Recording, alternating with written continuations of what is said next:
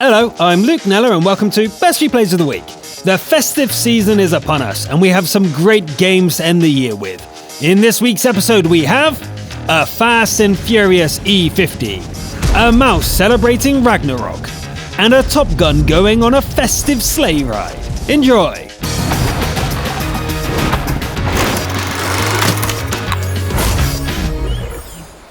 We'll start the festivities on an American server, with a steel wall featuring the mighty mouse.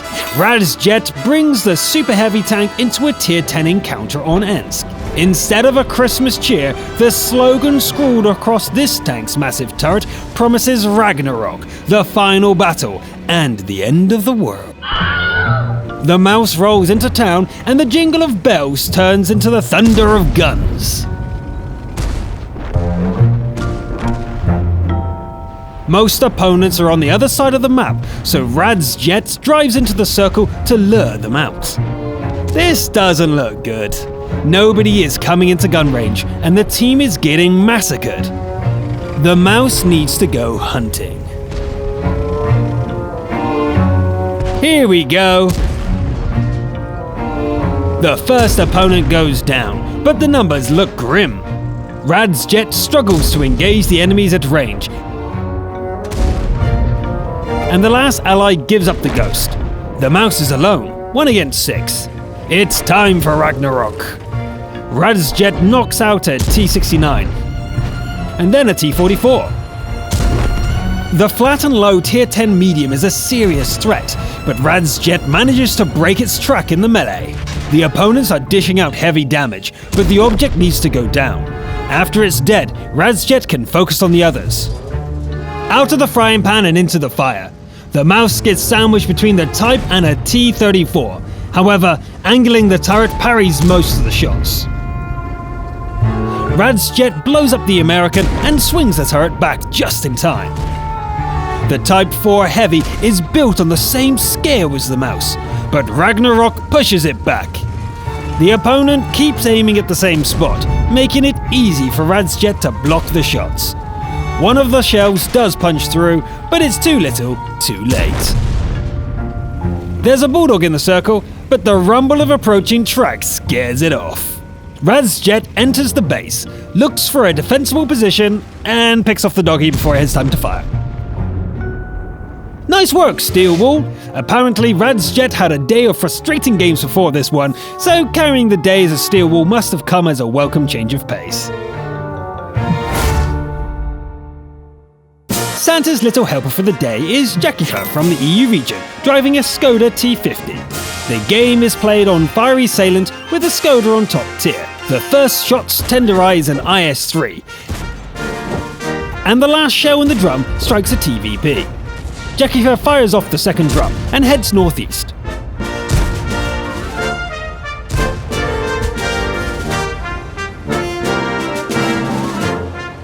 Hey look, it's the same IS-3. 2 more hits, then a Waffenträger picks up the kill. Merry Christmas, friend! The next drum is served to a Chinese heavy tank.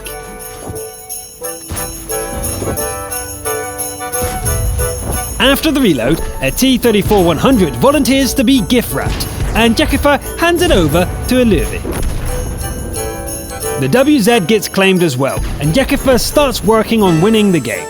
Picking off an uneyed Oni is a good start.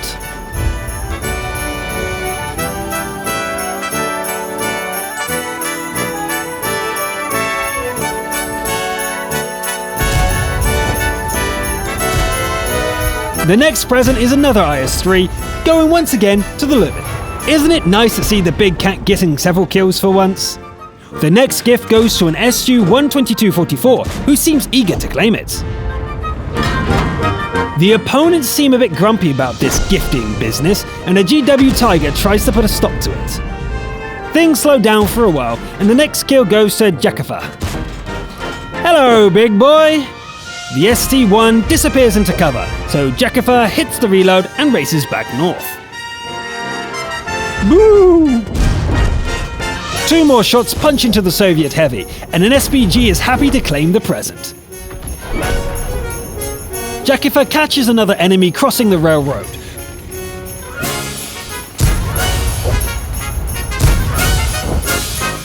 But this time the Allies have trouble finishing it off. Does anybody want it? Okay, this one's for the Confederates. The opponents are down to 2 vehicles and Jekifer is running out of shells, so the next drum will be 1 short. The arty is found and destroyed. Allies seem quite eager to claim the last present. Shells start flying in before the Confederate can do anything more than spot the target. Well, that still counts as a gift, right? Nice work, Jekifer. Looking at the numbers, it seems you didn't just donate a bunch of kills to the Allies, but carried the game as well. That's the spirit. The next game comes from the EU region. We don't know if Escape Artist is a fat man in a red suit, but they set out to slay like Father Christmas. Ho, ho, ho. Dashing through the snow is an FV215B, and we are, of course, in the Arctic region. The first clash is with an IS-7.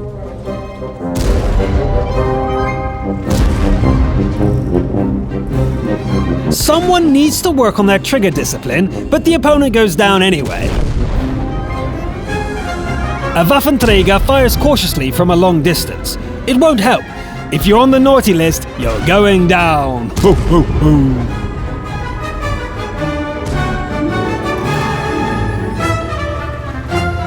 Look at these rascals trying to sneak into the base.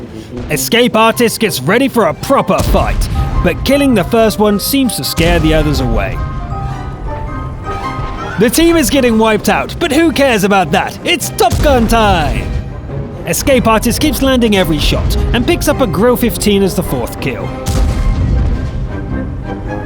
There goes the last ally, with 7 more people on the naughty list. Here we go.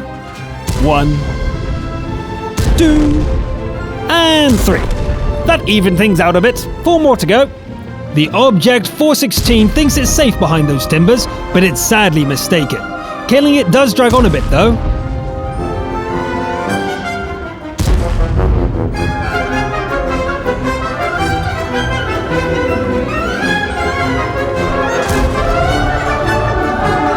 The Kappa has to be dealt with, even if it means giving the Jagdpanzer a free shot. Escape Artist rolls forwards, and the opponent abandons the circle. An APCR shell strikes and incredibly bounces off. The opponent chooses to stand and fight. And the next shot blows it to shrapnel. Just 2 more to go. The Scorpion G is right here. It causes some damage, and a low roll leaves the FV in a dangerous position. Luckily, the Scorpion rushes its shot, and the next shot seals its fate. Problem is, though, that Santa's little helper is down to just 2 shells. Escape Artist heads for the capture circle and waits for the TD. The Jagdpanzer doesn't come, however, choosing to drown its sorrows instead. A bit of a strange ending there, but a 10-kill Top Gun in the snow is just what this episode needed. Well played, Escape Artist, and Merry Christmas. Moving on, we have a Fast and Furious contribution from Arturo de la Vegas, who won the Defender Award in episode 13. The battleground is steppes, and the match is played on an EU server. The sandy terrain isn't very Christmassy, so let's think of it as a holiday time action move. De la Vegas takes point and leads the charge down the eastern edge of the map. A T-44 gets mauled right away, and a T-10 is driven into retreat. A Super Pershing takes a shot and is finished off with a ram a few moments later. De la Vegas gets back to leading the charge and goes for a Scorpion G. An ally puts in the final shell and the E50 keeps going. A prototype showing its butt is worth stopping for a shot. The T-43 tries to run, but Arturo cuts his track with a ram and takes it out. The timing here is flawless. The E-50 backs up just enough to bounce the shot from an ISU-122S and then pushes on to dismantle the IS-6.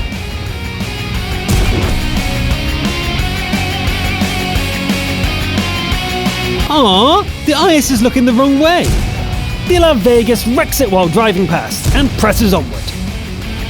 One shell for the IS-3, and then it's time to wreck a Carnarvon. It's the last one left, and a few moments later it joins the others.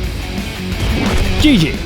Wow! In less than 5 minutes, a Toro de La Vegas damaged 12 enemies and dished out a ton of damage.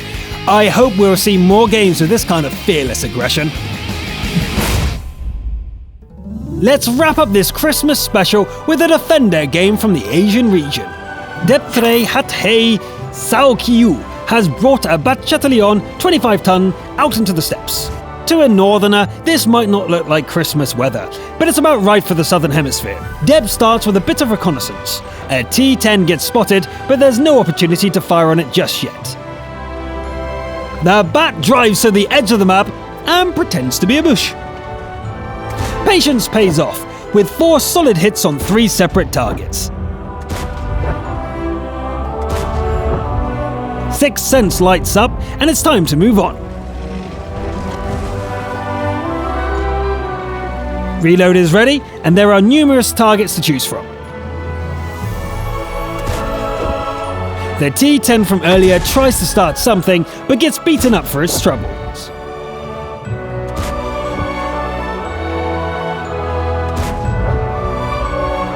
Another reload, and things are starting to look pretty bad for the team. The Defender picks up the pace by finishing off an E75 and the T-10 before hitting reload. Depp goes back to impersonating a bush. The reload is almost done, when a rival Bat makes itself a tempting target. Boom, like a sniper. Here's another sliver of a target. Boom! This is one well-calibrated gun. The Defender heads closer as the second-to-last ally falls.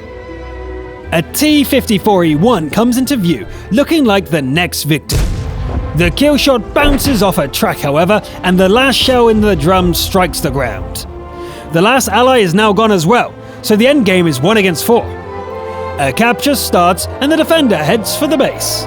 Wait, is there time to knock out the arty first? Of course there is.